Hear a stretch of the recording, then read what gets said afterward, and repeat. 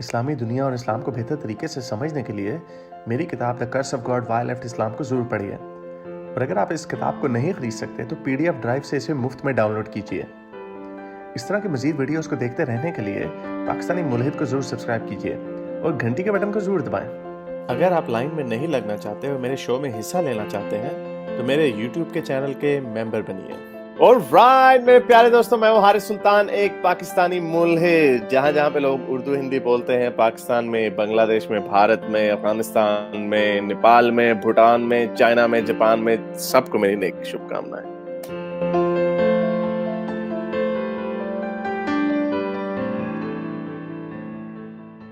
Haris Nazi पिछली दफा बेचारा 4 घंटे बैठे रहा। हारिस नाजी जी, हेलो। हाँ जी, क्या कहना चाहेंगे सर? जी, कैसे हैं आप? ठीक हैं? मैं बिल्कुल ठीक। और अच्छा, इसमें 2-3 चीज़ें आपसे डिस्कस करनी थी। पहली बात तो ये है कि हम जो रिलीजियस गॉड है, जो किताबों का खुदा है, उस पे बिलीव करना तो बड़ा मुश्किल है, क्योंकि उसका एविडेंस इतना है नहीं।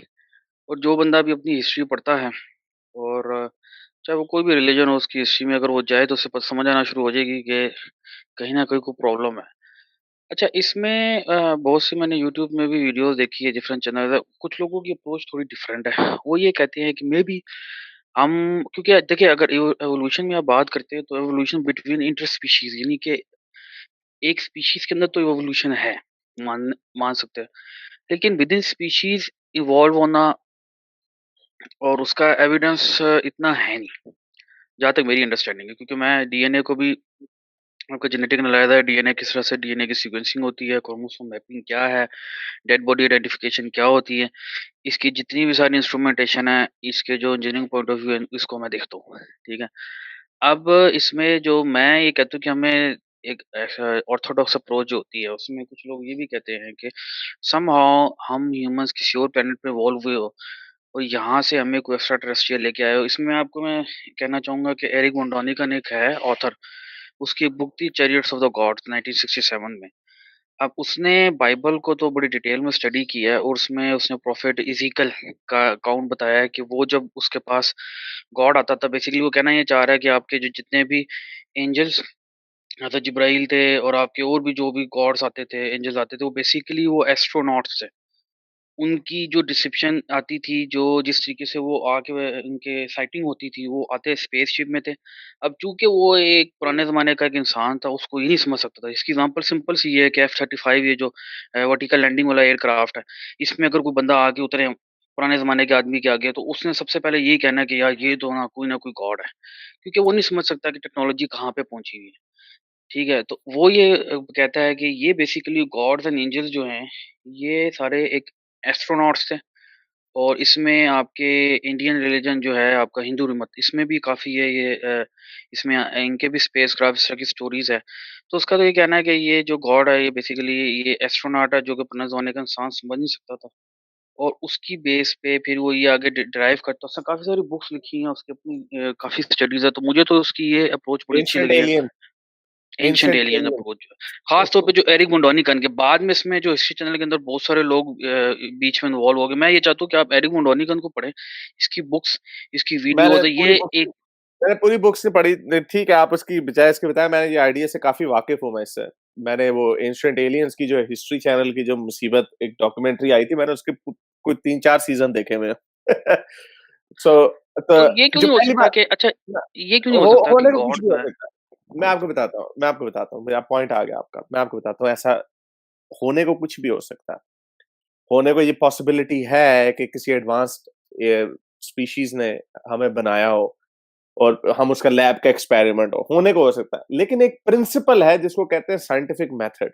वो साइंटिफिक मेथड ये है कि unless it's proven beyond reasonable doubt, हम उसको नहीं मान सकते। क्लूज जो होते हैं छोटे-छोटे मिलते हैं, ये हमें भटकाते भी हैं।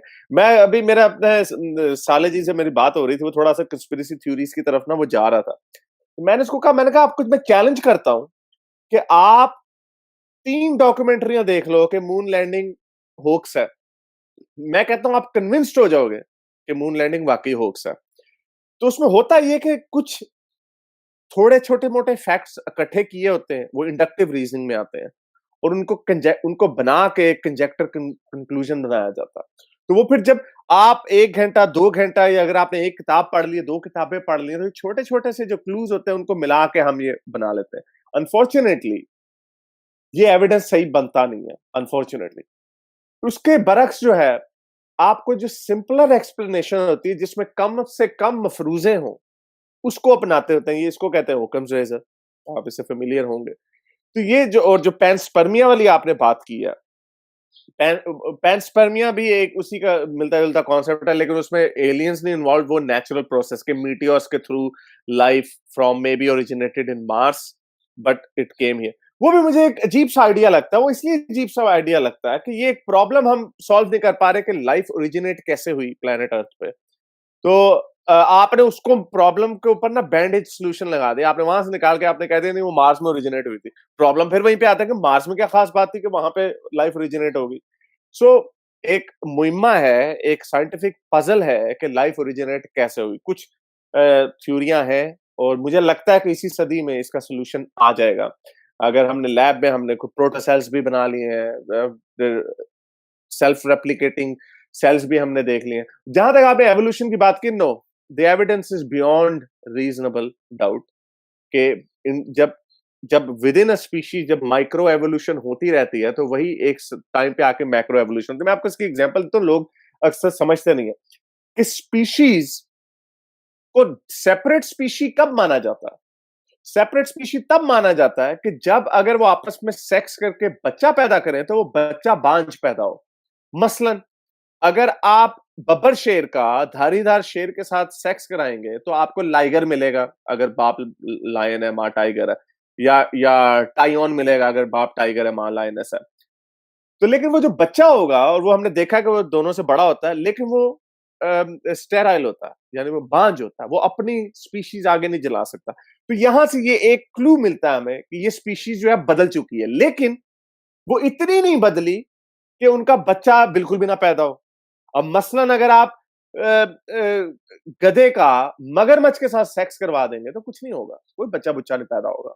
बांझ क्या, कोई कुछ भी पैदा नहीं होगा, क्योंकि वो एवोल्यूशन में इतना आगे सेपरेट हो चुके हैं कि उनके, तो ये बीच में इंटरमीडिएट स्टेप्स हैं।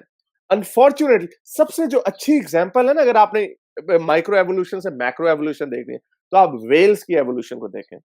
वेल्स की जब आप एवोल्यूशन को देखते हैं कि उसकी जो हाइंड लेग है, क्योंकि हमें पता है कि वेल के जो एंसेस्टर्स थे वो लैंड पे थे, वो लैंड से सी में गए हैं, इसीलिए वो मैमल्स हैं। वो लैंड ड्वेलिंग मैमल्स थे जो ओशन में गए for various reasons, environmental reason है, प्रे जो जो खाने का प्रे आइटम्स थे वो कम होने की वजह से जो उधर गए।